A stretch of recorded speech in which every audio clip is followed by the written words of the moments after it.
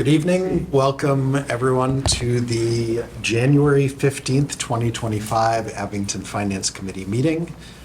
We have a good agenda tonight. We are starting with department head meetings.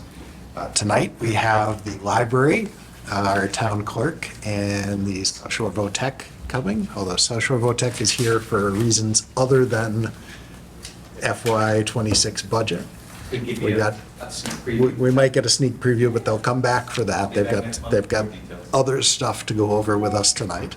At what point does he qualify for an office? We'll get an update from the town manager. I'm not sure how much there'll be to update this week, but we will get an update. Liaison reports, correspondence, spoiler alert, there's no correspondence. Review of minutes, and we actually have minutes to go over tonight.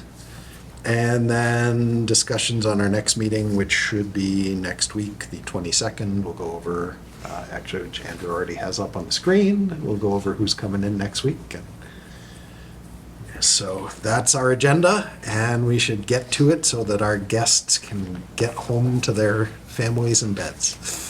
So I think we're starting with the library. We have our library director, Deb Grimmett, and I believe the chairman of the library board of trustees, Henry DiCarlo. Henry, welcome. Deb, welcome. Thank you. Thank you guys for coming. Always good to have you. Thank you for having us. I think we've met everybody here. Nice to meet you. The scary part is maybe close to my 40th time being in front of you guys. It's been a long time.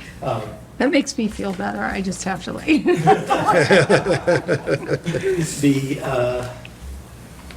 Just to quickly restate, because I know you got a full agenda, but the library, by coming to these for about that's 175 years or something. We have some small portion, less than 2% of the town budget. And we like to think that we do more with that 2% for a broader number of people in town than anybody else, because we serve everybody. Sports service segment, school service segment, senior service segment, we serve the whole town. We have a 9-member elected board of trustees, and the 9-member elected board of trustees is, thank you. The 9-member elected board of trustees in charge of the library. It's a little bit different than many of the other departments in town. Probably closer to the school committee's arrangement to the state law and the charter. We hire a library director who is required to have certain educational requirements, which is sort of unusual for department heads in town. Deb has been our director for a number of years now, and not quite as many as I've been on the board, but and I will get out of the way and let her talk about the numbers and the programs. All right. Where do you want to start? Do you want to go through the mission? Yeah, let's start right with that. Okay, so our mission has not changed from last year because it's the same. It's the mission from our strategic plan. So we strengthen the community by providing resources and programs which enhance learning and cultural connections for all residents. So that's what we do. And in the last year, basically, most of my statistics are going to be fiscal 2023. Simply because that's what I have. I have calendar 2020. Let's try this again. I have fiscal 2024 and I have calendar 2024, but I haven't double checked them, so you're not getting them tonight. Fiscal 2024 circulation overall was up by 5.5% over 2023. I feel like we have normalized post-pandemic, and that's all I'm going to say about the pandemic. Things that we did not using town funds, we had a $15,000 grant, which we used for unique programming, for people to come together and discuss difficult topics. We had some pretty good programs. We had a local legislator evening. We had Abington Reads talking about federal legislators and from a historical lens. So that was also lots of kids' cultural programs. And with that grant, We finally located books in Brazilian Portuguese to import from Brazil that did not come with $200 to $300 a book on import fees. So the grant allowed us to get our first just over 100 actual physical books in Brazilian Portuguese. We also have e-resources in Brazilian Portuguese. That's been a need for a long time. And that was good shopping on the part of the staff. Yes. They worked a long time to find a value that was reasonable. We used our state aid to upgrade the OCLN staff Wi-Fi, which runs, is what the integrated library system runs on, among other things. That upgrade was desperately needed. The computer in my office works much better and much faster now. And we redid the library website, and we also used state aid to purchase new chairs for the staff, because I had a staff member who was sitting in a chair that moved to the building in 1998. It was time for chairs. And then the big thing in terms of the building, which was done with the help of Andrew and Scott, was the replacement of the boiler. When we were here a year ago, we were halfway through the project because there were delays, supply chain delays, but the supply chain delays ended. The boilers were fully installed and have been working beautifully since last February. So that's what we did. And we also, from you folks in 2025, we asked for and received money for additional hours for the reference librarian. We have used that. We've added a book discussion group that he's running. We have upped the time he spends at the senior center. He's doing more one-on-one reference help with people of all ages and technology. And other programs, and just more general reference work. And I have a few other tasks that he's getting. He doesn't know that yet. And then what we are asking for this year is capital funding for an AC replacement study, which just came through last Friday. Yeah, it's And- a good price too. Yep, and it was, I believe the total is $13,600. And I will reach out to To Scott. replace the air conditioner? No, to study to replace the air conditioner. Figure out what we have to do. That air conditioning, the building was built around it. Yeah, The giant system, but it's like, so we want to obviously find a way to put the most efficient, cost-effective system in there and how we're going to do it. So this is actually the engineering, to figure it out. And it would bring us right to the point where we'd be ready to put it out to bid, come to next year with a number for you to put it out to bid and have it done. So what was it that we did a handful of years ago? Because I remember being shocked that at that time, the control for the HVAC unit was running on Windows 95. yes, that did change. And I know that changed, but I don't remember exactly what That the was whole one, package was. I know it wasn't a full replacement. no, that was an upgrade to the controllers, and that was funded by a National Grid grant. They did this building and the library. So that was not an out-of-pocket capital expense for the town. That was, I want to say, 2016, 2017, in that general time frame. And also between 2015 and 2017, the compressors outside the library were replaced. The library is running on a Freon system that completed its 27th summer last year. Upstairs in the mechanical room, we have a pool cover pump, which I purchased from Amazon, that we use periodically for when it leaks, because water is really not, and it does come down through into tech services, which is where the new books are. So we try to keep on top of the water. 2 summers ago, the staff and I and trustees, spent 8 solid days vacuuming up there twice. Vacuuming up there means that you have to empty the wet vac into buckets if you're not strong enough to carry the wet vac downstairs. And that had to be done twice a day, and we were probably pulling 15 to 30 gallons of water off the floor. We need a new air conditioner very badly.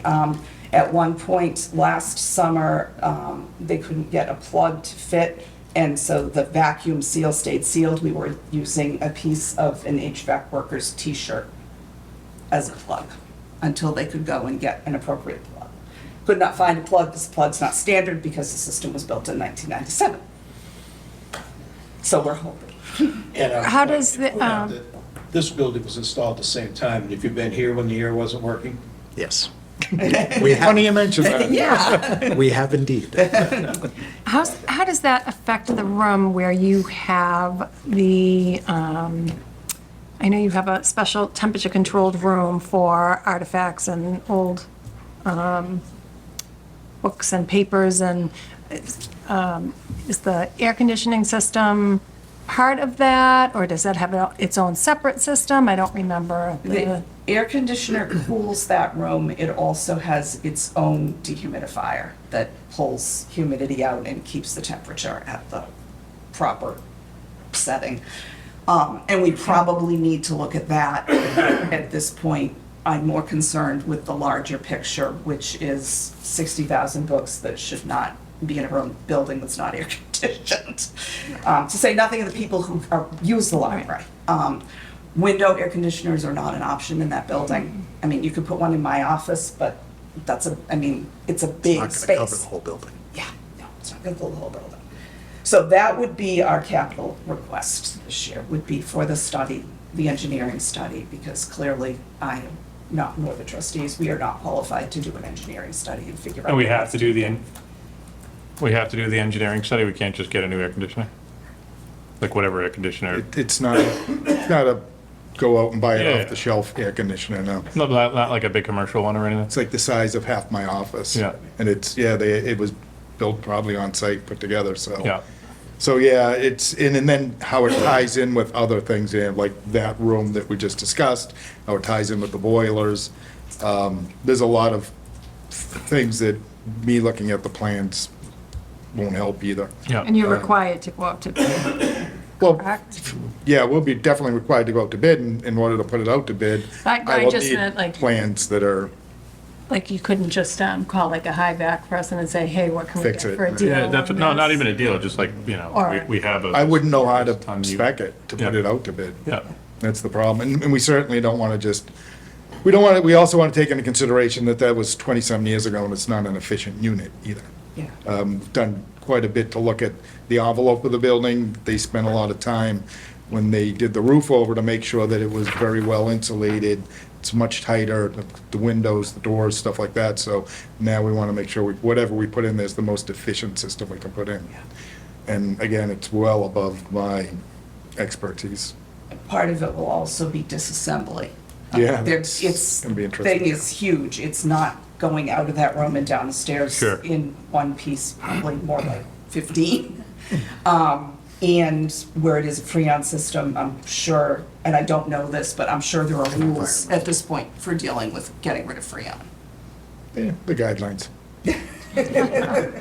So that's where we are capital-wise. So, moving along, as I say every year, we are not a revenue-generating department. $3,599 in library miscellaneous is faxing fees and copying and printing fees, which people pay on a volunteer basis and usually pay more. If it's 60 cents, most people will just hand over $1 and be gone. So that's so that is our, that was actually 23 was the $35.99, 24 is $37.22. and we turned that into general fund. Yep. So that's what we turn over. And then staffing is, Andrew has that up. Everything that says library is the union contract, and the union contract is coming year will be the last year for the union contract. So these are actual salaries. There won't be a request this year for a new contract.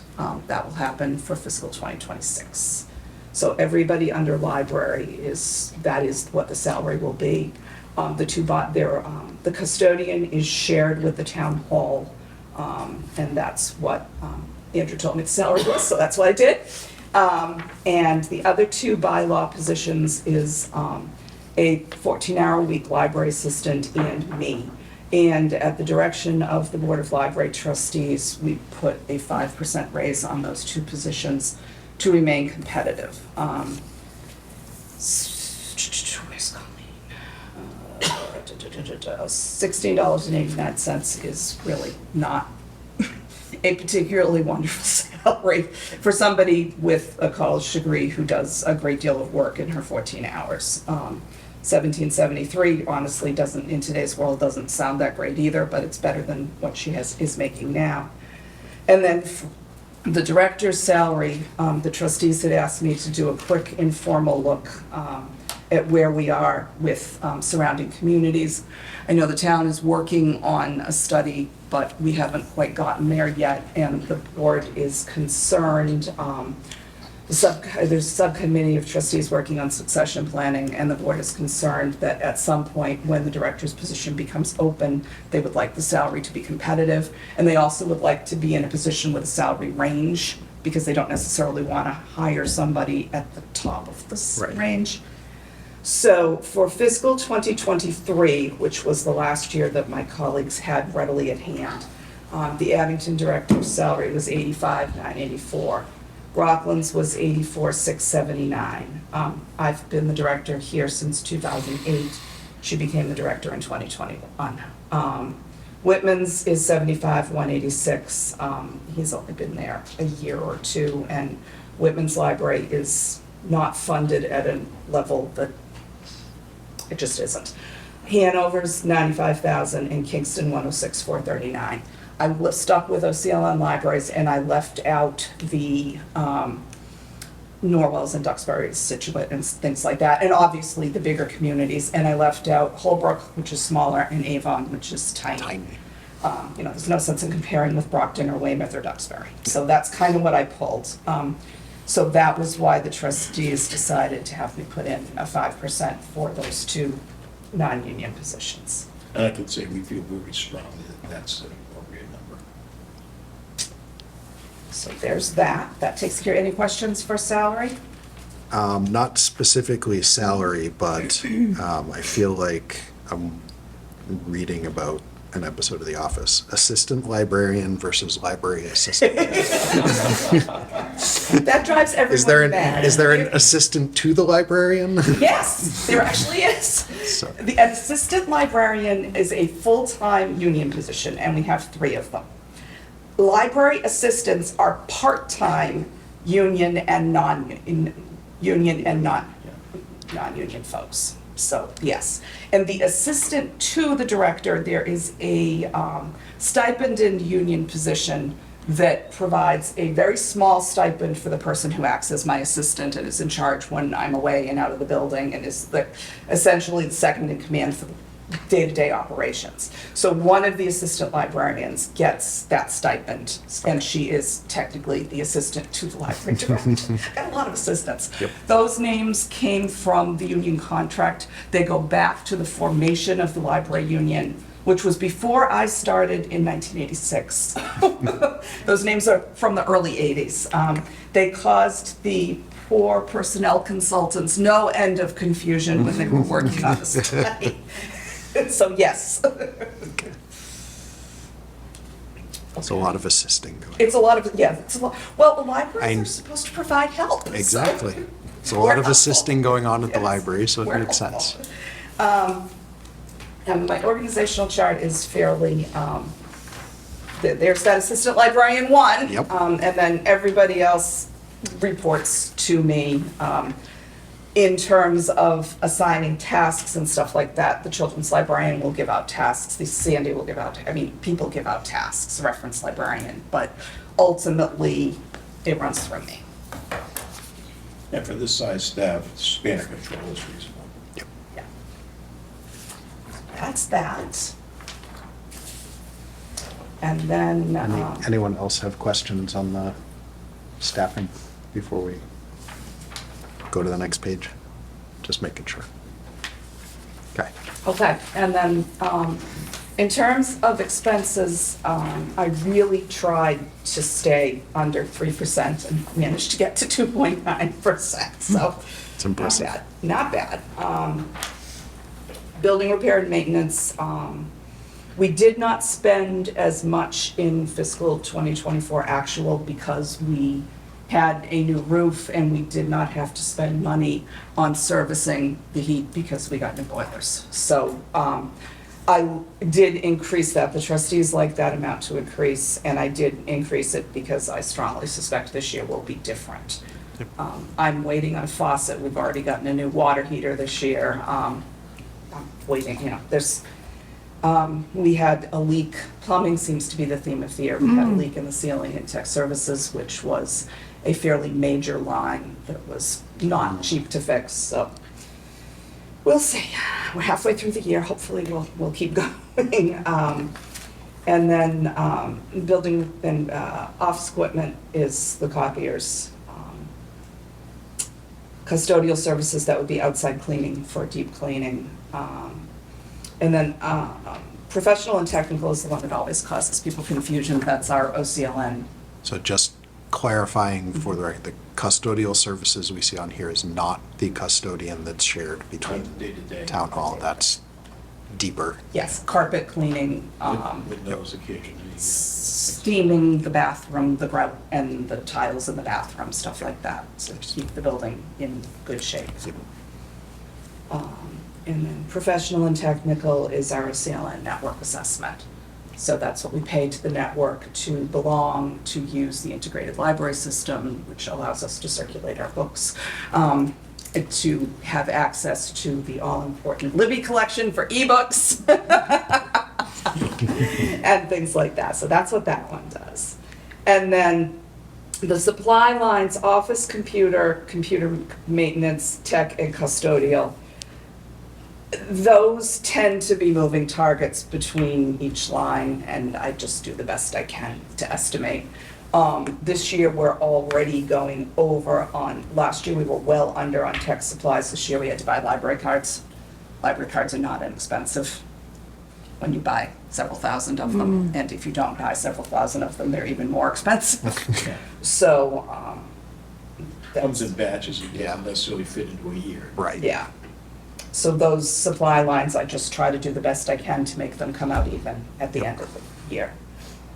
Books and magazines is the book budget for EAP content, for physical books, magazines, DVDs, not that we buy many of those anymore. Anything that a patron uses, the network assessment for e-magazines, things like that. And that amount needs to be 15% of the total library budget. That's a state requirement or else we can be decertified, and we do not want to do that. And that includes ebooks and, Yes. and the licensing and all of that? Yep, it does. It includes Hoopla, if anybody uses Hoopla. Hoopla is another e-platform. And that one's really kind of cool because it's a pay-by-use. So what we pay each month is just, we're not buying licensing to the collection, we're buying licensing each time somebody Individual uses. uses it. So that's, and Canopy, which is our digital movie collection, works the same way. We do not have first-run films. No library has first-run films. What does Hoopla do for us? Hoopla gives us more ebooks, access to more ebooks and e-audiobooks. Things that might not be in the other collection. I've just used it in my company. And it was for something completely different, so that's why I was asking. That's What- I was looking for. You may not have this, but what's the breakdown between physical and digital? For circulation? Yeah. I have it. Library. That's what I was looking for when I was digging in there. It should be right there. Let's see. So, in fiscal 2024, we circulated 78,699 physical items. In same year, we circulated 33,231 digital items. It's about a 2-to-1. Yeah, for a grand total of 121,078. Now, if you really are a library geek and take those numbers apart, you will see that children's physical circulation is far greater than children's ebook circulation. And adult e-content circulation is fast pushing 45% of the total of adult circulation. So adults are definitely more into ebooks, which the children's librarian in me is very happy about, because I think in order to ultimately learn to read and enjoy ebooks and e-audiobooks as an adult, you need that experience of a physical book. So children's print circulation is alive and well, adult print circulation also alive and well, but definitely e-content is a larger percentage, and that in terms of library physical storage is a huge deal, because we're not looking at expanding. There's room to expand. The building was built to expand if necessary. And I think that won't be necessary simply because of ebooks. Ebooks are more pricey to get than print books, but you also have, Seems counterintuitive. it does, doesn't it? But it's not, it's licensing. Licensing, yes, but But yeah. physical book, you have licensing and physical. Yeah, Ebook, you have licensing. yep. So it should be at least a little bit less, but it's also demand. Yes, and they cost more, but there's also a savings on that in terms of staffing. That's 33,231 items that I didn't have to have a staff member checking out. If we circulated 33,231 more physical items, I'd be here asking for more staff. So there are balances everywhere. And utilizing the networks and the statewide networks. Yeah. You can get an ebook from Middlesex, Minuteman, or Sales, or whatever, Yep. within 2 minutes. Yeah. Where if you wanted to get it transferred into us, a hard copy, it would take, have to come by courier. Yep, a few days or Yeah. drive over to Rockland. Not like I've or ever something. done that. I will attest, and it'll be a testament for you guys, as I usually am when we go through this. I use ebooks and audiobooks on my phone constantly. I was listening to one on the drive here tonight, so it's a great service. And the network that we're hooked into, sometimes you'll have to wait a while for a more popular book, but you can always find something.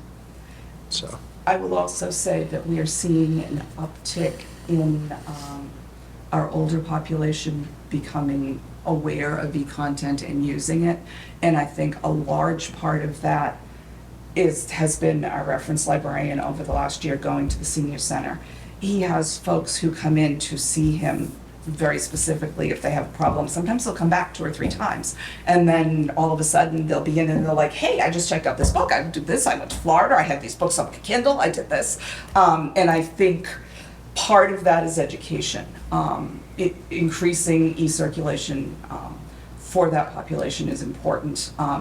Especially because large print books, physical large print books, are prohibitively expensive. We have a good large print collection. It's not as big as I'd like it to be, and that's simply because they cost so much money. And using an e-reader, you can bump the font to whatever size you want, and that makes a huge difference. That's all I have. What other questions do people have?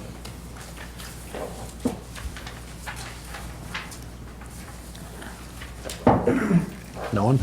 I just wanted to ask, request for additional hours for a reference librarian. Oh, I forgot that. You did mention it. I did, okay. Yep. We did it last year, so right now he's working 31. We requested 4 more hours to get him to 35.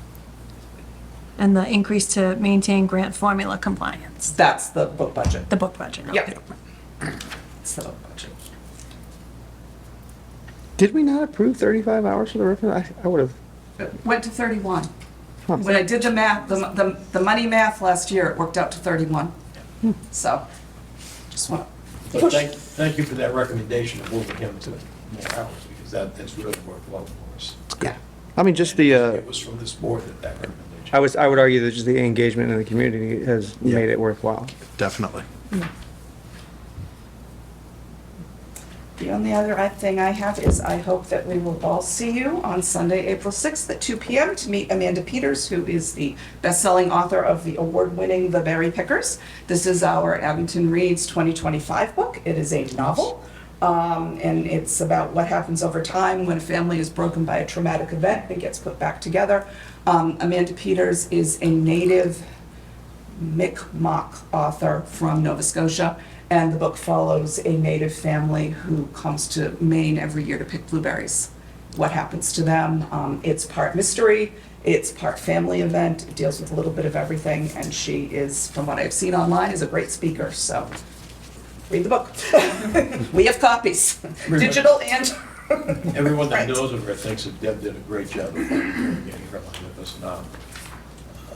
And many authors are way beyond our budget, our price point. This one is available for us. Nice.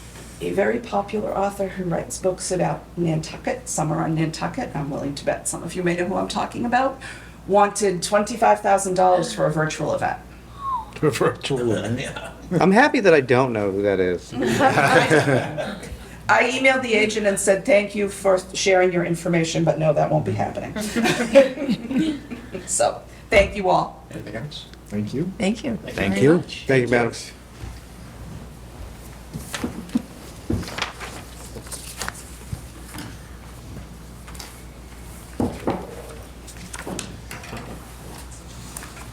Next up, we have our town clerk.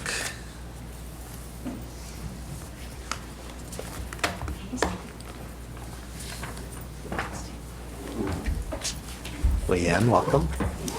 Leanne, do you know Abby?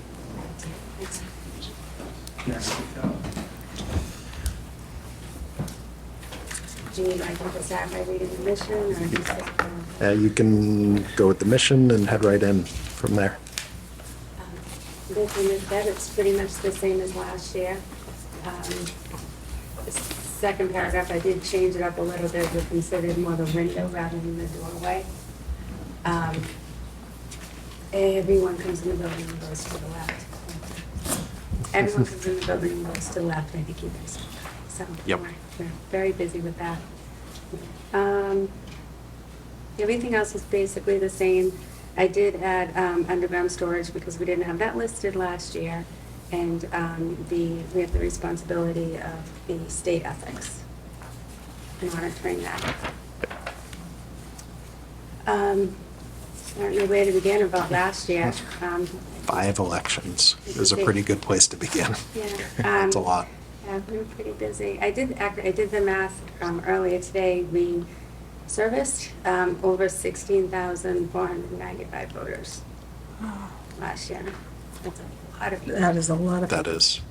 Between the postcards and Mhm. it's a lot. We couldn't do it without our, some we have volunteers that come in the office. Mrs. Adams comes back, Mrs. McKenna was with us. I know it's just so many people, our family, that helps us to get through all that. Organizing the postcards, putting the stickers on to mail. All the hours, extended hours and everything for the early voting, and how did that go? Good. It was a lot. It is a lot. It's not a choice, so it's a lot, but it's behind us. Yeah. With the craziness of the year, I said 2 clerks conferences. It might have only been one with the fiscal that we actually went to. We received a ton of online training. It was every Wednesday, then it went to every Wednesday, and then some Thursdays, and they were at least an hour, sometimes 2, with training on everything, with the processing of the ballots and the postcards. And we're going to continue to work with Coal File. They do our records preservation. We have a project with them right now we're waiting to get back. For our goals, annual town census, that was just mailed out. We're being inundated with that, with questions. Dog registration is very busy right now. And the biggest goal is to continue to offer service with a smile and kindness. And I know from experience and from feedback I hear from others, you hit that goal all the time, so. are you ready for our next page? Yeah, that is the thing. I did make a change to it, can you please put that back? The business certificates, I think said 20 and they're 40. I changed that, that matters. How much money is collected from those? It, There it is. right there. So it reflects in one of the next few pages. Does that include the stable fees? Stable fees. That was a big discussion Yes. before spring town meeting, because that was, 3 people have stables. yeah, that was a new fee. That was It was being a- tossed That was around. something that was Proposed. supposed to be on the book, or maybe supposed to be on the books since like the 1800s. Oh, So we had a lot of discussion over that. I must have missed that. I must have been processing ballots. Yeah, I think you You're were up on the busy. stage. Is that town meeting? I was thinking about processing ballots. Oh. Or managing the 800 volunteers you have to manage to process Yes. ballots. Yeah, they're a really good group, though. Yeah. I think it is worth They do highlighting that great. we use a lot of the volunteers, and managing those volunteers is also a responsibility that you hold and do a great job of. Thank you. A lot of logistics there. There's many moving parts. The salaries, Barbara's stipend is for insurance and mine is for the registrar. Just to clarify for people watching, Barbara's the assistant town clerk. Yes, I should have said that. That's okay.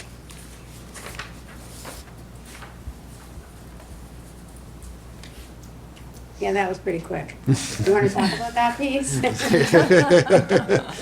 take up 2 Let's just pages get again? I was gonna say, IT's got printed the wrong way and took up 2 pages for IT, And he's left IT it. director and proposed assistant.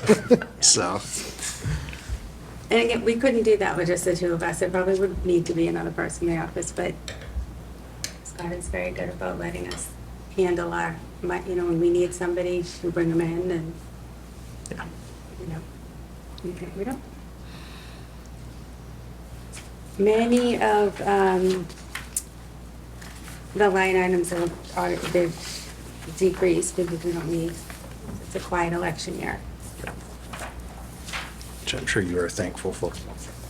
Yeah.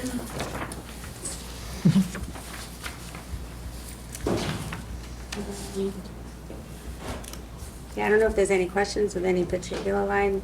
Again, most of them that went down. Are you sure? It's on the back of the, Barbara, it's on the back of the. Yeah, I don't think I wrote that. Still the onions. This is still our. Thank you. Now I have. Okay. Sorry. It's a lot to remember. The one thing that did go up is the ed and training, and that's because they charge more for the classes. Yeah, we're donating a lot back this year. So. Thank you. Andrew appreciates that. Anyone have questions for Leanne? I'm not sure there's all that much to ask you about, but we definitely appreciate all of the work that you put in. Thank you. Well, you can make a quick plug for your very next election that is going to be funded by the gentleman sitting behind us, right? Which, Yes, indeed. How very apropos, Scott. It's a good segue. It is a good segue. It is. Again, I just want to say thank you to everybody that helps us and volunteers, family, everything. And Barbara and I could not do it. But the assistant town clerk and I could not do it without each other. We're a very good team, I feel, and, we get it done. It's definitely Yes. a well-oiled machine, that's for sure. Questions? I hope they're all this easy. Yeah. I have a baby to go home and see. Did you have a question? Okay. Great. Did you have any Questions for Leanne? Like you. All right. Good night, guys. Thank you. Thanks so much, Thank you Leanne. so much. Thanks. You want that? I'm gonna-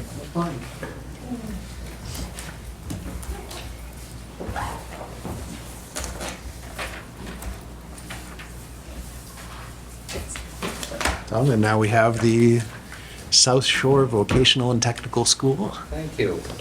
Superintendent Tom Hickey. Hello. Stealing his, I have my. So thanks for having me here Can you throw it up on our web, please? to, And show everybody where our special button is there for social vote tech special election. That's right on the front page. yeah, thanks Yeah. for doing that. I appreciate it. There on the banner. And we thank Samantha Lenahan for helping put that together.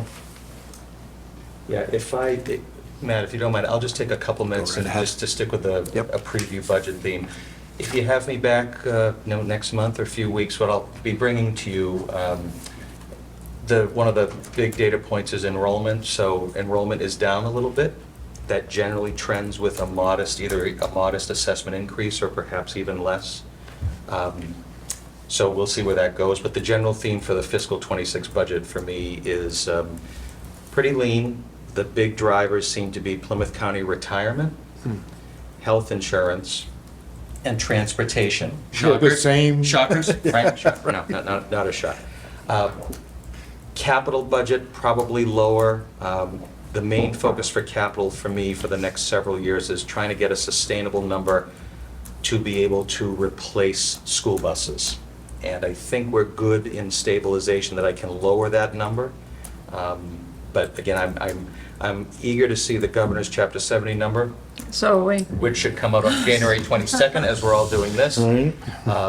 I'll get some health insurance data as well, so certainly we'll bring back to you probably a story that, at my best for this budget year, it would be if I can move some staff who are on partial grants onto the budget, that would be a big win. But if the numbers don't hold, then I probably wouldn't do that. So when you have me back, I'll do a deeper dive with that story anyway. So thank you for allow me to at least give you that update. And the other item where I was able to update Select Board on Monday night is that we have a district-wide special election on Saturday, January 25th. Voters in Abington and our other 8 communities will be able to weigh in from 9 a.m. to 5 p.m. or through an absentee ballot application process through the town clerk's office to weigh in on whether or not the project that we're proposing gets to move forward. In a nutshell, you've allowed me multiple opportunities to update you on the process. I was last in front of you in October talking about the regional agreement and a little dose of this project. So this is a project where we're going to be able to build a new 900-student school on the ball fields behind our current school. We'll be able to offer the 12 programs we have right now, as well as add a plumbing program and a veterinary science program. And both of those are in high demand. I'm pleased with the diligence that we went through to arrive at this point, ruling out other options that included addition renovations, as the main part of the building is 1962. The numbers, I'll throw a few numbers at you. Just we expect $162 million would be the amount that would be financed by our 9 towns. That's after about $111 million MSBA grant. I project Abington to be around 14% of that expense, which translates to $231 to $287 starting in fiscal '29 or perhaps fiscal '30. There will be smaller increments, but just to go to what's the most money and when, the project should wrap up so we can open this building for the '28-29 school year.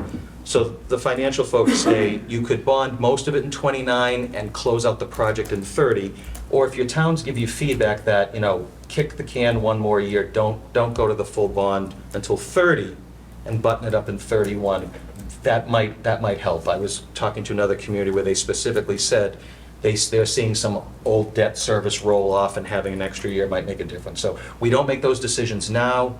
And the reason I'm saying two numbers for you is because we're also showing on the page, folks can see for whatever town they're in, you can see what it would look like if we borrowed the money making level payments, which is cheaper up front and more interest in the long term. Or a level principal model where the payments are more aggressive up front and you're paying a little bit more, and then around 2040, the cost drops. My general feedback when I tell that story is, that's interesting.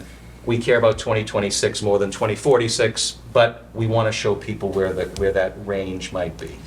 And again, we don't make those borrowing decisions now. When we've made some assumptions on bond rates and bond anticipation note rates to factor in.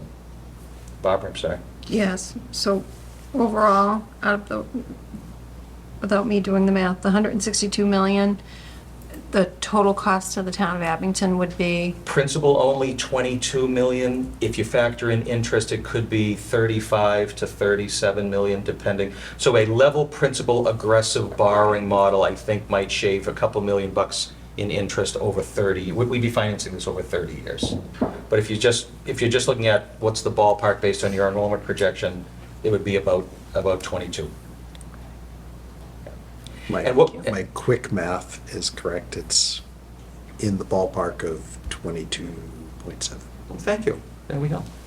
So that, and so on the website, there's a PDF for every town's tax impact page, and I recorded a brief video to go with it. And, charts, graphs, numbers, walk people through from top to bottom.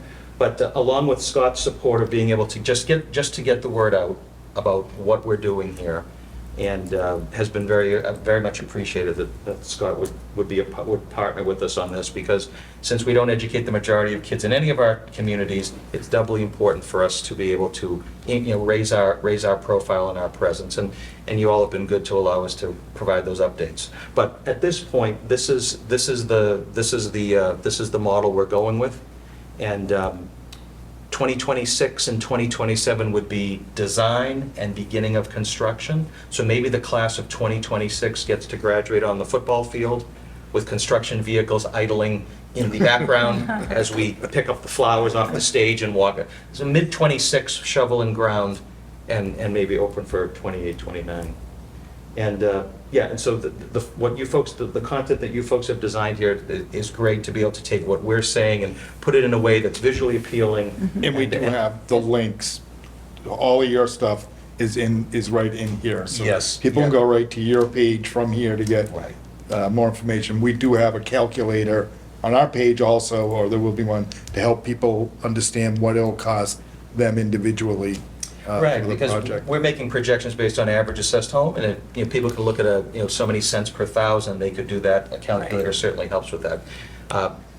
I say, when I'm able to speak with groups, my direct phone number is 781-766-4002. If residents would like to contact me directly on anything they see on the website, design, the money, something else that I'm not mentioning. The messaging that you've heard for about 14 years from me is vocational education has never been in greater demand. We've got 428 applications for 180 freshman seats next fall. 78 applications from Abington for an initial allotment of 18 seats. So that demand story has been out there, but it has never been more pronounced than it is now. And so what I would also say, in the same spirit of this is the right move, I think, for the next 50 years, I'm also the skunk at the picnic who says we're not going to get into that building with that many kids very quickly. In the first year we're open, we're going to we can increase some enrollment, but it's probably going to have to be with the existing staff at the time, because the budget approval process comes after our admissions process. We're admitting kiddos right now, December, January. I don't have a fiscal 29 budget secured while we're admitting those kids. So we have to slow our roll, and we're going to grow the enrollment in a responsible way if we're fortunate to be in this position. But that's what the design would allow us to move toward. And with a waiting list that will probably settle in at about 140, 150 kids. This will not eliminate the waiting list, but it will certainly take it'll put a dent in it, and that's the idea. But you can't admit a whole bunch of kids and then say, Oh, I forgot, I didn't hire the math department, so we have to. So to make that point, what is the school population right now? Yeah, good point, Matt. The current, and likely, we've been bumping around this ceiling, 685. So there's a delta of about 215 seats. When you design a building, probably like the school over here, they don't design it at 100% capacity, they design it like 85% capacity. So somewhere down the road, decades, right? The idea that could there be a 901st kid in the building? Yes, there could. But the design and the cost estimation is anchored with 900. It'll take us a bit to get there. Yeah, to the point though, you're not going to go from 685 students to 900 students with the same teaching staff. And Not at all, not at all. caretaking staff and faculty and all of that. That's You would correct. need to greatly increase, which is a different set of budgetary issues. It So- is. We have to, and that's what I've said to our school committee and others that want to keep their feet on the ground on this, which is, what a great opportunity. But we're at 685. When I started teaching at the school in 1994, we were probably around 500. So you can grow the numbers, but you gotta react to the moment, the times that you're in. So we can find some creative ways to do that. I think with bigger classrooms and bigger science labs. Believe it or not, I probably have said this before, all of our science labs are in renovated, regular classrooms. The room I taught in was an academic classroom, and it's now a science room, and we had to bring in the utilities, and it kind of looks like, on its worst day, it looks like an episode of Sanford and Son, and but just by having modern, standardized spaces, we could do something, and it wouldn't add to the personnel part of a budget. But I'm a few years away from that. I hope to have that headache, or trade the headaches I'm having now for those headaches. Yeah. But certainly, what a great opportunity. But it will have to be methodical before we get there. A new plumbing program, a new a new veterinary science program. That's really where my personnel focus will be for fiscal '29. I need to have, those are definitely, that's where I would be bringing in new teachers. But I'm hoping to position ourselves that we could put those teachers on a federal grant, a Perkins grant. It's an entitlement grant that we get. That will help to, again, provide some sort of a transition if we can get to that point. And I do have one plumbing teacher as part of our HVAC program that I would probably bring over to that, to open up that program. That's also cost that's already there as we're trying to give some plumbing curriculum in the HVAC program to help solve your library ventilation Right. issues Send them over. from a half an hour ago. Yeah. Anyway, so thanks for listening. We would not complain. Right? Yep, call up, or field trip. Great opportunity. We do municipal work. Feedback. How are they- It's not going to avoid the warranty or whatever the other rules How are they carrying heavy buckets of water downstairs? I feel like that might be an Don't you say better than me? Sounds like we need to carry the wet dry. Yeah. I just want to say, having previously been your liaison, anyone that does have a question, I hope they do reach out to you. I appreciate you giving out your number. You are great about getting right back. Yeah. Well, thank you. Questions, and always very open, and do anything to accommodate and show people around. And so I hope that if people do have questions, that they'll reach out and get some answers. Yeah, I would like to continue to do that for this and for budget questions that come up, certainly. But yeah, where there's confusion, there's skepticism. I can't afford skepticism. So we need to answer questions, the easy ones and the tough ones. Thanks. What are you hearing from other towns, what they're getting for feedback? The feedback in general, I do get asked that question. I answer it in two ways. The first way is, without a doubt, hesitation or deviation, voc ed, everybody gets it. Nobody is questioning the value of it, the need for it, as no one's going into a lot of these skilled trade areas. So that's wonderful, that philosophically it's not that used to be the place that those kids went. Yeah. Absolute dark ages mentality compared to today. So that's wonderful. Everyone is aware of competing, Town X has a capital project that they just got approved. Town Y might be contemplating an operational override.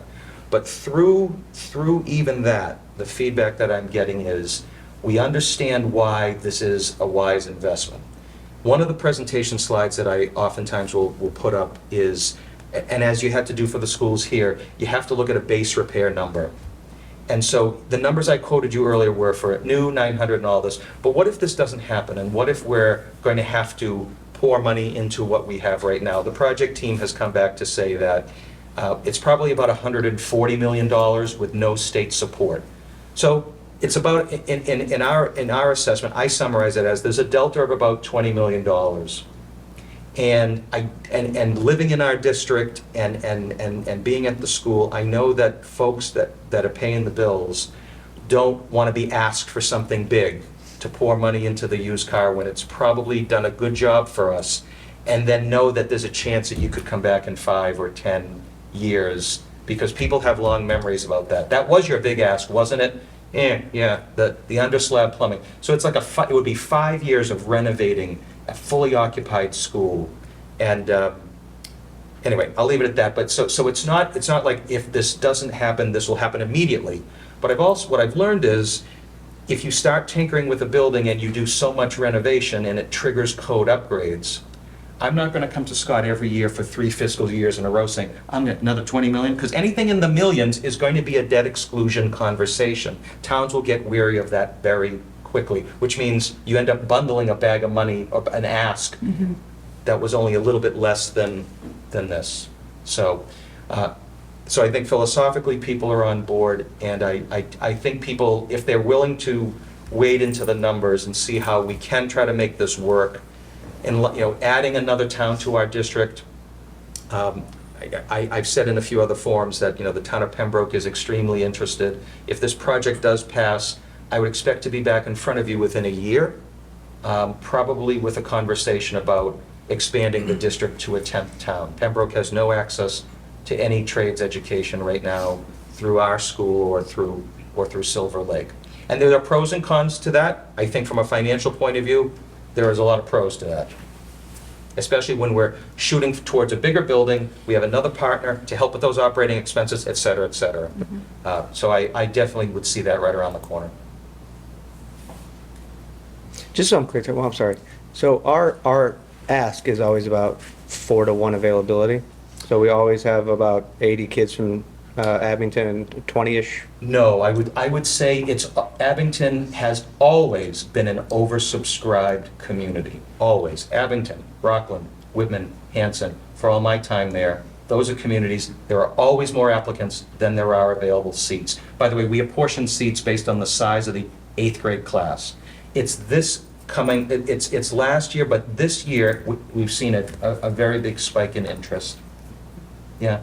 And the stories that I tell, what I'm seeing right now is with our 9 communities, other than Cohasset and Norwell, I think the other 7 communities, Abington of course, but recent additions to the oversubscribed team, the town of Situate, the town of Hanover, doubling their enrollments in the last 4 years, which means that there are fewer leftover seats that have historically fed and watered the oversubscribed towns. I think we'll probably have about 25 leftover seats after we fill based on allotted seats per town.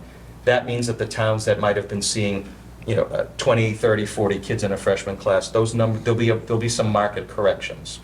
And we would be in that mode until 28, 29, and then we watch how we can carefully work on those operating budgets. But yeah, a big spike in interest specifically for this community for this upcoming admission cycle.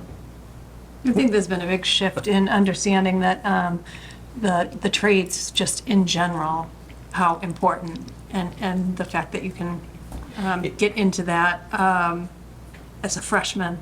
You don't have to go through you can go to a vocational school, and like you said, it's not the it's not a college-free zone. It's so you don't have to give up on that. And it's a workforce development strategy for our region. We all love the South Shore. We all love our towns, but we all love this area.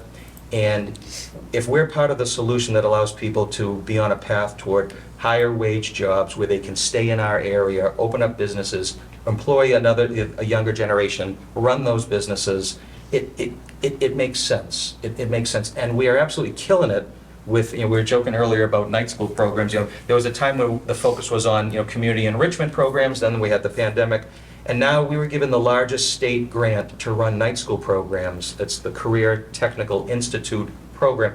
We got a $2 million grant.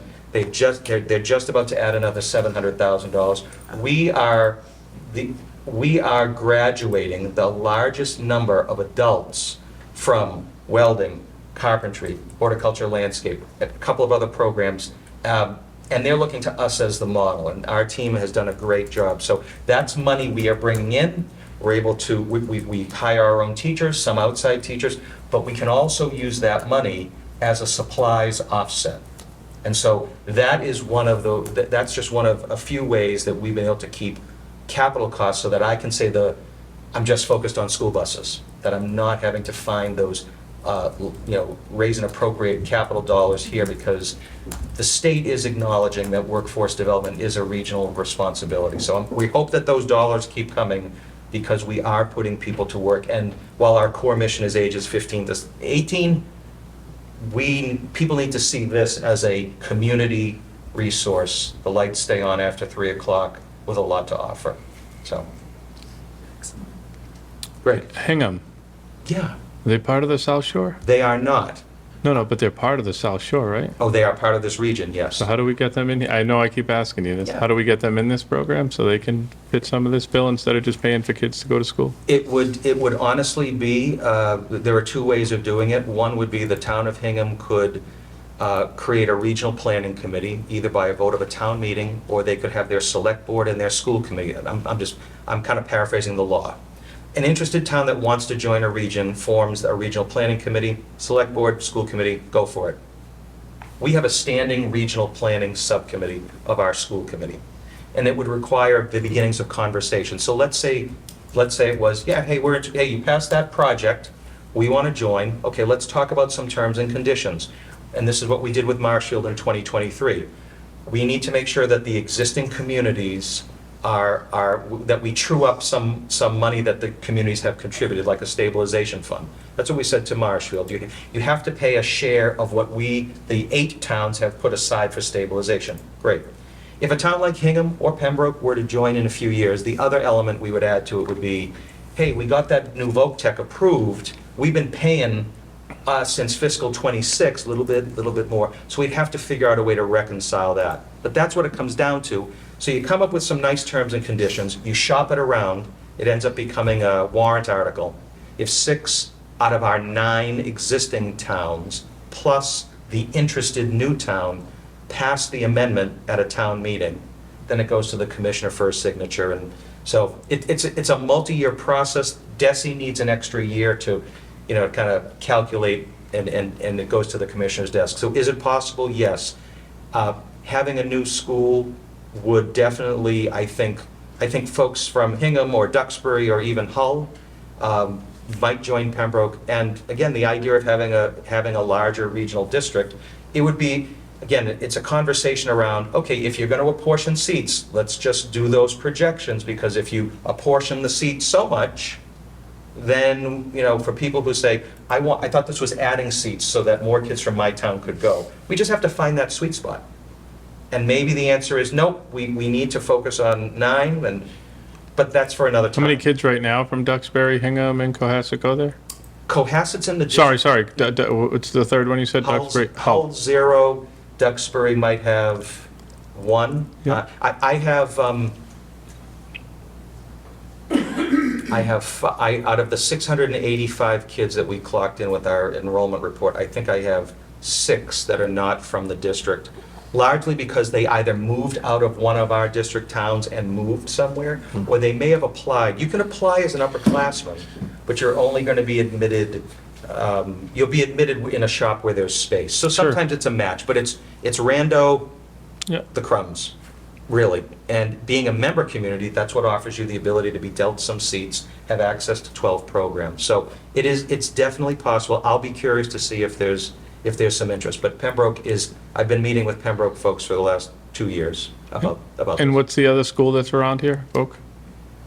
The closest regional, just on the map, would probably be Blue Hills in Canton or Southeastern in Easton. Okay. Yeah, and they have their own catchment of towns, but we're unique in our little pocket of the South Shore. You'd have to go to like in the Lexington area or out Western Mass to find communities that are not affiliated with a region, with a regional vote. And so yeah, maybe that's in our future, but we'll certainly take one step at a time. For folks who like the idea of cost sharing, this would be an attractive proposition. But for now, the MSBA did a great job of acknowledging that we were in the process of bringing in a ninth town, so they let us study larger enrollments. And they did put in an extra 1.05% of reimbursement because we expanded our district, which I didn't expect, but was happy to say, yes, thank you very much, we'll do that. But, so yeah, we'll see. All paths right now lead to January 25th, but whatever the outcome of that, I'll be back to you next month to talk about the finer details of fiscal 26. Thank you. Tom, other Tom. Hey, Tom. Do you want to come to the mic? Can pick you up? Excuse me, there's one up there. There's one here. up there. We can. I just had some back, Sorry. things are going well. Thank you all. I've got some questions for the South Shore, but before that, I just want to compliment this committee. I mean, one, watching at home and seeing how you have consistency in the budgets. You don't get that, when you go to town meeting, especially where I think you have a 10-year look back. It's very good. I was very pleased. I'm not sure your name, but I think you're the accountant. Yep. Andrew. Andrew, and how you've got something on your accountant page. I didn't have a chance to look at it, but you have all the budgets up there so you can see where we are at any point in time. I think that's outstanding. Like yourself, Barbara, I used to be on the school committee in Abington, and South Shore was one of my subcommittees, and I always had a warm affection for it going down there. I thought it was good that, people that were looking at a trade or whatever, that you had the people and the staff and the equipment to do it. The question I have is, it's just more, I think, okay, I guess the other thing is Scott, is you pitched this, going on the website, it's outstanding. I mean, just your 22-minute, one-on-one with Mr. Hickey, I thought that was good, and it answered a lot of questions. And I think you've got a lot of information for people to make an informed decision when they go to the polls on the 25th. The question, of course, is how many people go there? The people, I'll say I'm a senior, right? But they don't go there. They're not on Facebook. Yep. My wife is, although she isn't on it that much, but I think you need to get out, this information. Well, so to answer that, we do intend to have the reverse 911 calls, we call them, the robocalls. We're gonna call everybody. Okay, didn't know that. And, yeah, we're just waiting. We're gonna annoy everybody quite a bit Yeah. next week. And later, but what we're gonna do is refer them to the website. Right. Because we can't obviously give Yeah, all yeah, this no, that's- information, but I agree with you. It is hard to get this out to everybody. I think that's outstanding, because, a lot of people that I talk to, in fact, I've called 3 or 4 people. What do you mean we have a town election? What's this for? South Shore VOTEC, blah, blah, blah. But that's great, because I think once people see that, they'll be able to make an informed decision. But Mr. Hickey, the thing that, I'm a little confused. What I understand is, it's changed. When I was on, 1 out of the 8, 1 vote would count 1 time. Now, this is, I think you referred to it as a pay-as-you-go plan, basically that we've set up a region, South Shore VOTEC region, and we're voting as all the towns. There's not individual towns. I think people will get that. Then I think you said that you'll basically determine allocation of what we're going to owe on the bond, whether it's a principal and interest, based on enrollment, okay? And what I thought I heard you say is it's like a 4-year enrollment, so you basically see now what Abington has as South Shore VOTEC, so let's say it's 80. So I don't know what it is, but 80 out of the 685 would be, I think you referred to as the 14%? And that would last for 4 years, and then you would redo it again and basically change what we would have to pay against the bond. Am I understanding that correctly? I appreciate you asking that question because it is a bit layered. So Yeah. our original language was debt share is fixed for the life of the borrowing at the time of the authorization. That's the part of the agreement that we changed.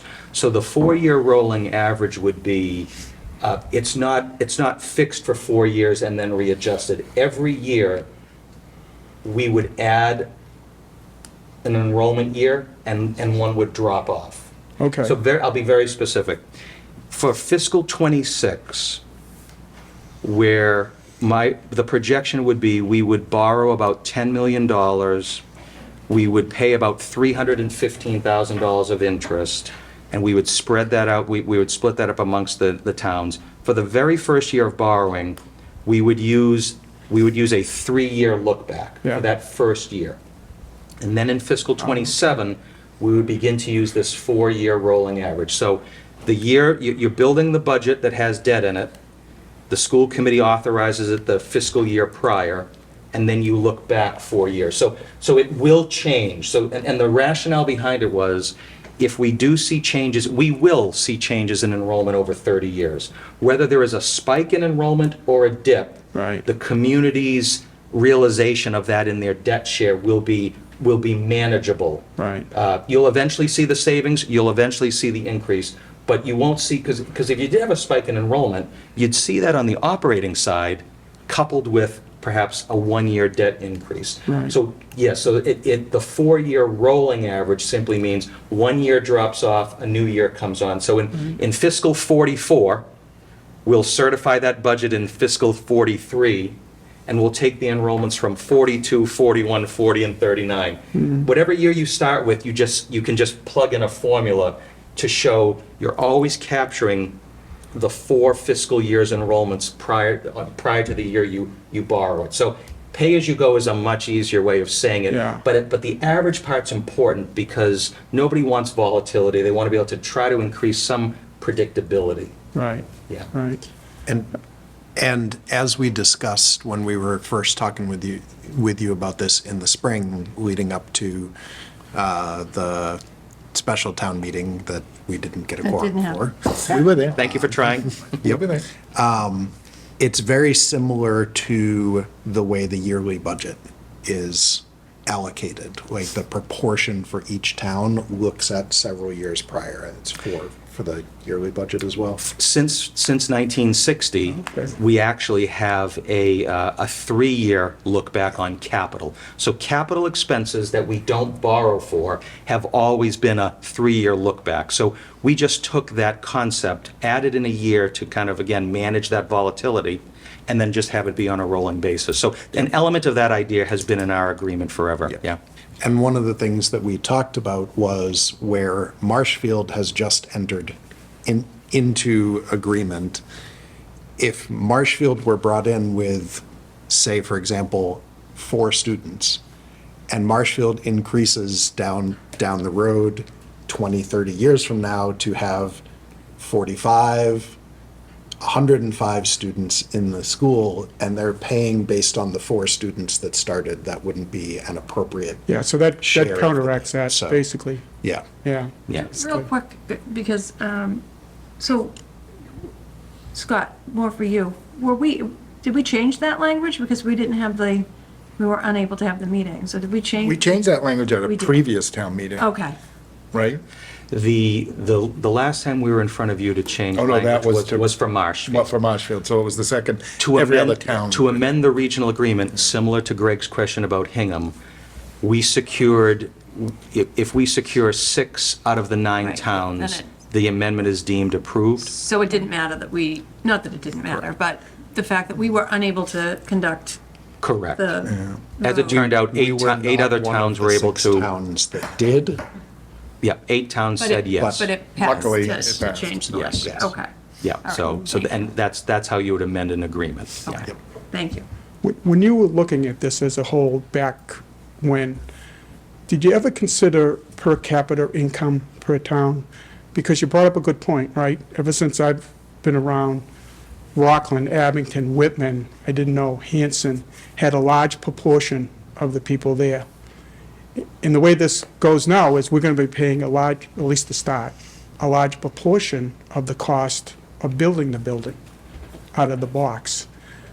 But, frankly, and I don't mean to, say this to any, put down any resident, but I think Abington, it's a great town. I love the town. But I think our per capita income, when you compare it to Hanover, Norwell, Marshfield, is a lot less.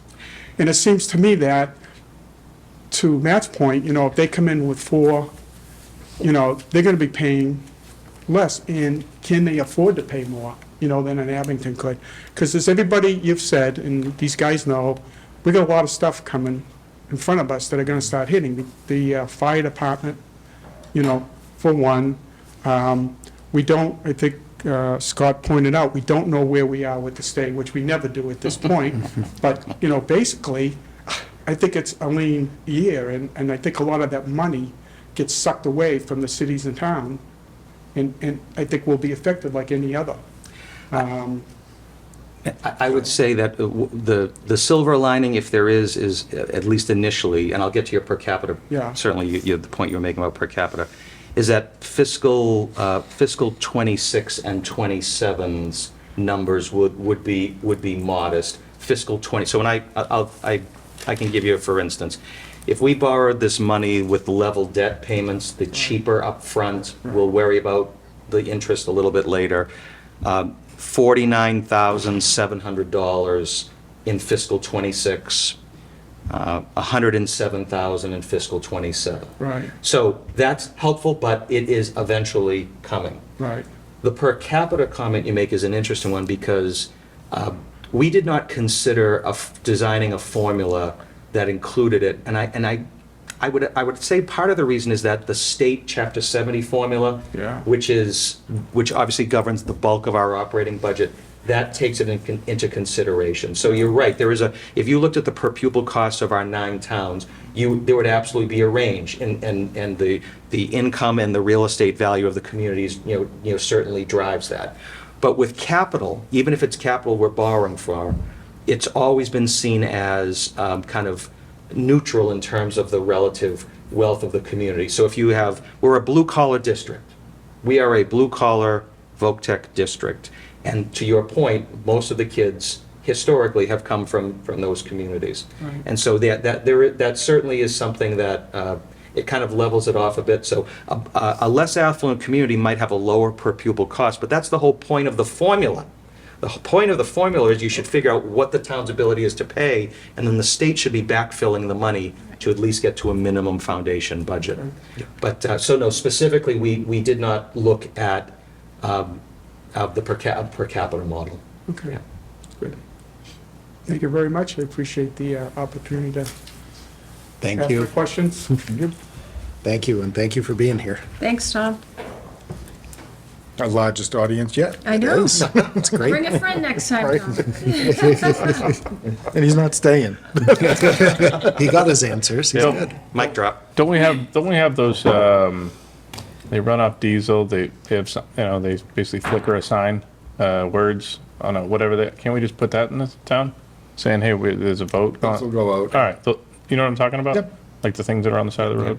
I live in Hanson. We have a non-electronic sign in front of our town hall that said SSVT election, and, everyone's got to go to the transfer station or go to the gas station. I'm pretty sure everybody knows. So those signs are effective. Yeah. At least to get somebody to say, what? We'll definitely get them out. What's that? Yep. Because again, Scott and I talk a lot about this, and, I'm talking in a lot of groups, but no matter how often you're talking, that doesn't mean that people are aware. So finding And all. on those boards, you could put up your number and Scott's number with questions. Call- Yes, Scott's number in 20-point font and my number in 10-point font. This might sound like a bad question, but do we even need to do this vote if 8 of the 9 already said yes? No, it's a different Oh, vote. that was for the regional, that was for the The regional. vote agreement. on, Yeah. the vote on the Yeah. 25th. It's just a coincidence, Greg, that we were pursuing regional They're paying. agreement changes I got you. at the same time that we're doing this, yeah. Yeah, the vote, to clarify, the vote on the 25th is all of the communities voting on the same day. True. Every vote counts. It's not like, oh, It's this not zip code percentage or specific. that. It's like electing your state rep. They could win one town, lose the other, it doesn't matter. It's the aggregate vote. It's the district, yeah. So yes, it doesn't. All right. And then it's probably important to note that depending on the outcome of that, we will have things to discuss on warrant at town meeting on how to pay for it. Yes. Great. Other questions? Because that was a good question. Thanks, Matt. Appreciate that. Marty? I'm going to come back to you because you always have questions. Yeah. No, I didn't have one. Yeah, one will come back. One will come up, I'm sure. I'll walk slowly to the door. Barbara? I would Now we recommend have your against number, that. so- There you go. Hey, anytime, anytime. And I look forward to coming back a little bit deeper in your budget deliberations. We'll talk about fiscal '26, so We- thanks for your time. We appreciate your time. Thank No, you. not at all. Thanks, Thank Scott. you again. Okay. Thank you. Andrew, thank you. Andrew got the biggest shout out. Yes, it Yeah, did. he did. He really wants that award. Good night. One day. Night. All right. Moving along. Check in with the town manager. So. Where we at? I will hand out our, where we're at with the budget right now. This is what I presented to the selectmen on Monday evening. And for the most part, we're still we are still in a deficit mode. We're probably, I would say, in a holding pattern until the end of the month, or at least until the governor's budget comes out. And then we can make some more decisions. There is a budget working group that has been meeting quite regularly, actually a couple of them, and a couple of the folks right here have been meeting with us, and it's very much appreciated. So we're working. What you have in front of you from school and from town is basically it's a level service budget. Pretty much contractual obligations in there. We have gone back to, and you will hear some different numbers when some of the other departments come in here, because they will tell you what they feel that their actual needs are, to help, provide the services for the town that they think the town needs. But that won't necessarily line up. It's going to be a very difficult year. This does show, like I said, it's just under a $1.6 million deficit right now, and this is taking some assumptions that we are going to do something with the trash and waste hauling fees. I think that budget working group, we have a little bit more work to do on that, and then we will schedule an evening where we will just discuss waste hauling and enterprises. So that'll come soon. And actually probably sooner than later. Our goal is to try and move forward with that. If we do have some consensus with the committees, we will then have a public forum. Right now, we're hoping to do it in March, where we can invite residents, seniors, and all the like to come and ask us as many questions as they like about it, and we can talk all about waste hauling. Other than that, I do have copies of the school budget for everybody. What are you thinking that the waste budget affects tax-wise, just average? So right now, if we were to just put it into an enterprise and send everybody a bill, it would roughly be $350 a year per household. And he just said 480? Excuse me? How much did he just say for Voc Tech? 230. 230? Now, what our proposal would be, and what we're discussing, and without getting into great detail since we're not quite there yet, but we would subsidize it probably the first few years to a certain extent, maybe 100% the first year and 50% the second year, and 75% the third year, so that would, or 25% the third year, right? Yeah. And so. Go up and down. I know. Well, we might do that, just to, in effect, to recognize the fact that there were some 2.5 overrides in the past specifically for this, but also to ease the transition of folks going in and having to start paying for it separately. But what we'd like to do is, before people make a decision on it, is actually explain why this is an important thing to do beyond the fact that whether we were using it to help balance the budget or not, just because of the increases and the percentage of the increases in waste hauling. If we leave it in the general fund and leave it in the general budget, it's just going to continue to erode away at other parts of the budget because we have no choice I'm only saying it for like, so that's roughly $600. annually Yeah. Then you have combined. Fire. Fire project. right? Yep. I don't know, whatever that's gonna, I think somebody said $400, something like that. I don't know, whatever. Pick any number, That $300. sounds high, but maybe, Have any idea? I forget. I'm only saying it for people that are not, that, you know, you're getting close with all the stuff, you're getting close to $1,000 a year. That's, you know, I think I've talked to a lot of people that are older. That's definitely not, they don't have an extra $1,000 sort of kicking around. That's my only issue is that, do I think the younger people in this town are gonna vote for most of this stuff? Yes. It's just, I think some of the older people are gonna look and say, I don't know what. well, we do, and that's part of our discussions right now, is there will be some sort of rebate and some permanent, you know, discount for seniors. Yeah. That's Built good. into it. But we're not there yet. I think that we have a lot more to talk about within that work group and internally before we have something that we want to present. But, you know, barring doing something like that, then that deficit's probably closer to 3 million right now. I do not expect to get any amazing news from the administration. Oh, yeah, that was my other question. Are you pretty conservative with this, meaning like, yeah? We're flat on 'Cause you usually state are. aid, yeah. Yeah. We're flat on state aid. We're not as conservative with our revenues.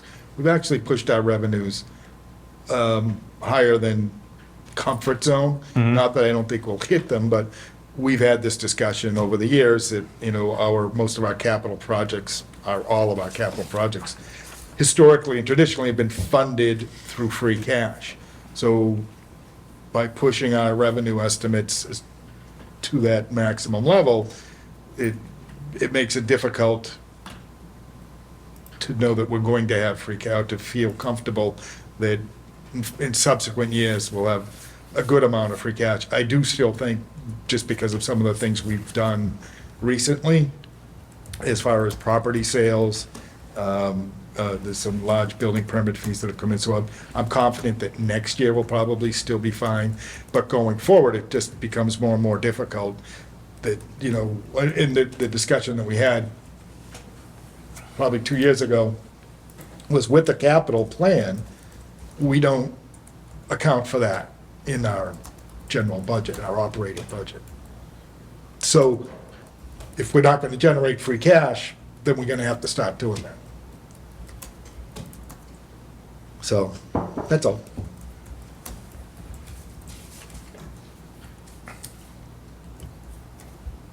Help yourself to this.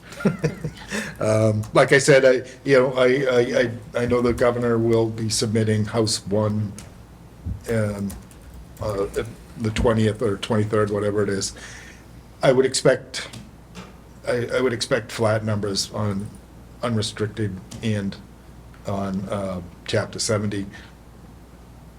We'll keep our fingers crossed because every little bit will help.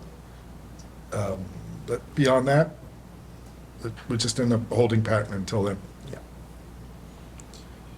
And those come out a week from today, Should be, theoretically. well, the governor's addressing the municipal association on a week from Friday, so my guess is that will be when she'd want to More present likely. it, yeah. Okay. Thought someone had mentioned the 22nd earlier. So, you know, holding pattern until then. Again, working group will meet this week. And just keep moving forward. Did you want to pass out the school budget? Yeah, I know you guys. We need some paper for future confetti projects. Well, I'm not sure when they're scheduled, but I know it'll take some time for you to weed through all this. Very helpful today. Try it. Thank you. Oh, there's more. Well, wait, there's more. What was the ShamWow guy? Yeah, remember? Yeah. I was thinking, cuts through the old Ginsu knife. Remember being in? Too soon, Scott. Oh, Too soon. got it. Is it? I don't think it is. He was having fun. Was. Lessons in success for you there.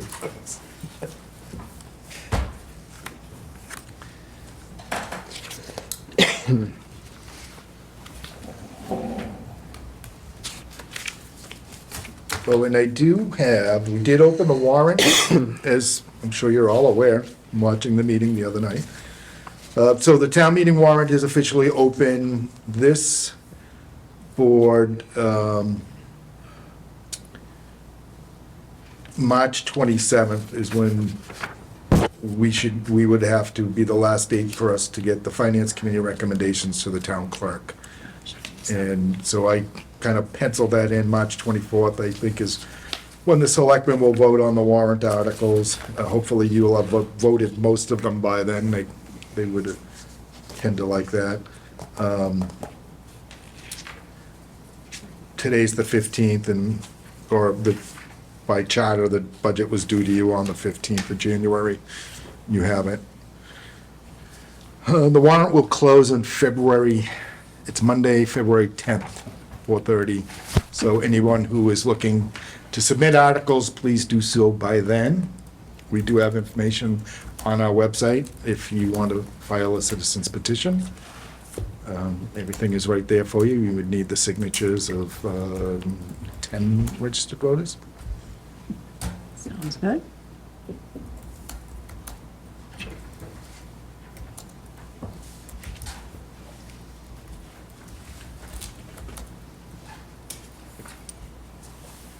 And yes, that is our plan, is to start calling you. So you're probably gonna get a whole lot of phone calls from That's all right. Yep. text, emails, phone calls. Questions for Scott? None. Marty? Okay. Liaison reports. Okay, nothing. I don't have anything tonight.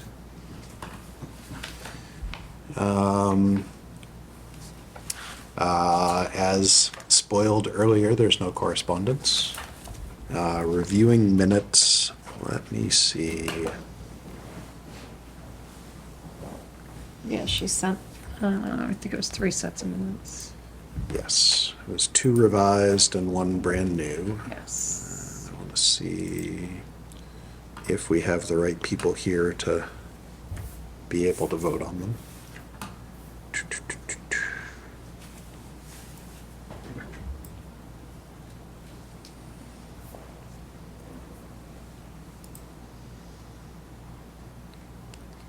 So October 9th's amended minutes, I don't think you're gonna have enough people to vote. 3.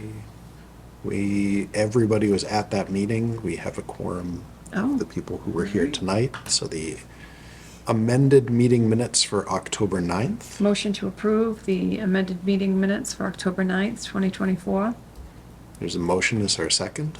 Second. Second from Abby. Motion from Barbara. Is there any discussion on the meeting minutes, the amended meeting minutes from October 9th?